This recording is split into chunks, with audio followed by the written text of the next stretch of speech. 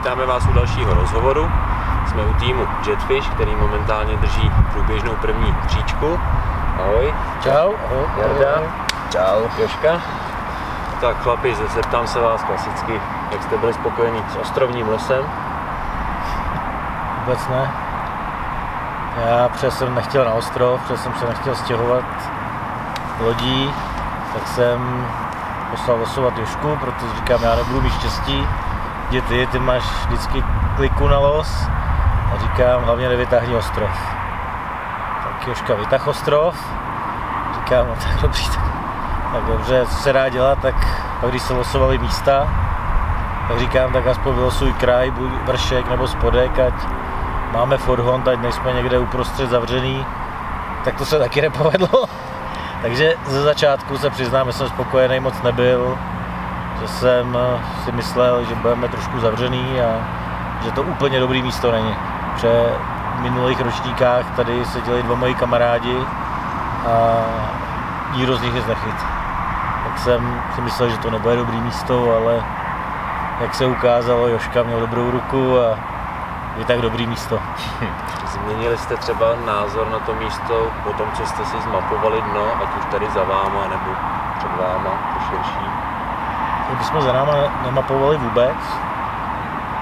Před náma v podstatě je to klasický koryto. Nic jako zvláštního tam není. Takže když jste vzadu nemapovali, tak jste ani nechytali? Ne. Celou dobu? Ne, celou dobu. Co se týče krmení, valili jste to od začátku pod parou, nebo menší množství, radši atraktivnější, zaujmout na místečko rybičku jenom? Pomerne dosť sme začali od začiatku, od začiatku, druhý deň skoro až nad ránom. A hlavne metóďak to tvorilo peletky a bojlic drvené k tomu trošku celkom. My jsme si každý tak nějak jeli to svý, protože každý si chytáme trošku jinak, ale v podstatě metoďák, jak říkal Jožka, pelety, trošku řepky a do toho ten bojlíz. Smíchat to do koulí, aby to spadlo rychle na dno a aby to tam nějak tak zůstalo. Tady to je specifický závod, je to v centru Prahy, tím si tady jednou Jardo byl, Jožka ne. Co tě sem táhlo znova, bylo to vyzkoušet si zase ten urban fishing nebo tu Vltavu, která je jinčí než ostatní řeky, svojí teplotou třeba? Tak já na řekách nechytám vlastně vůbec. Nemám s řekama žádné zkušenosti. Chytám jezera, nejradši velký, to mě baví nejvíc. A tak jsem si to chtěl zkusit, no, jaký to je, zase zkusit tu řeku, jak je to v Praze, v Čechách. To mě na tom asi zajímalo nejvíc, zkusit tu řeku s nějakou taktikou, kterou jsem si myslel, zaměřit se na ty malé ryby, protože tady to asi každý ví, že nejsou nějaký extra velký ryby, že by se člověk jako zaměřil na ty velký a selektoval.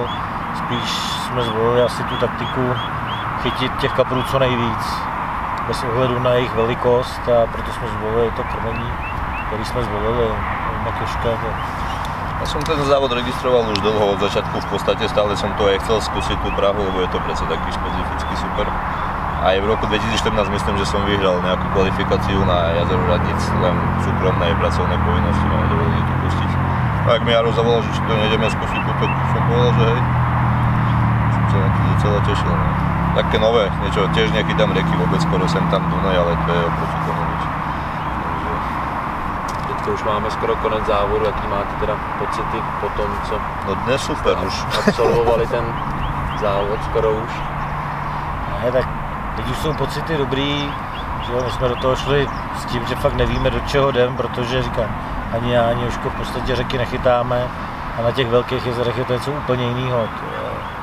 To je něco jiného a povedlo se nám vlastně chytit hned první rybu závodu, tak jsme říkali, že asi to tak nějak jsme udělali dobře a říkám, pak jsme si jeli vlastně každý to svý, rozdělili jsme si tu řeku na dva úseky, jeden chytá při tomhle břehu Jožka, poměrně ten úsek náš je velký, takže já chytám druhý břeh, že si vzájemně ty ryby nepřetahujeme a tak bych řekl, že v podstatě nám to chodí tak nějak na střídačku, na stejno.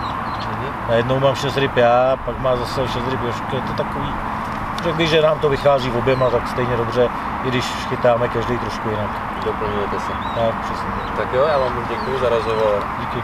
Budu držet palce, abyste udrželi pozici a zatím ahoj. Čau, čau.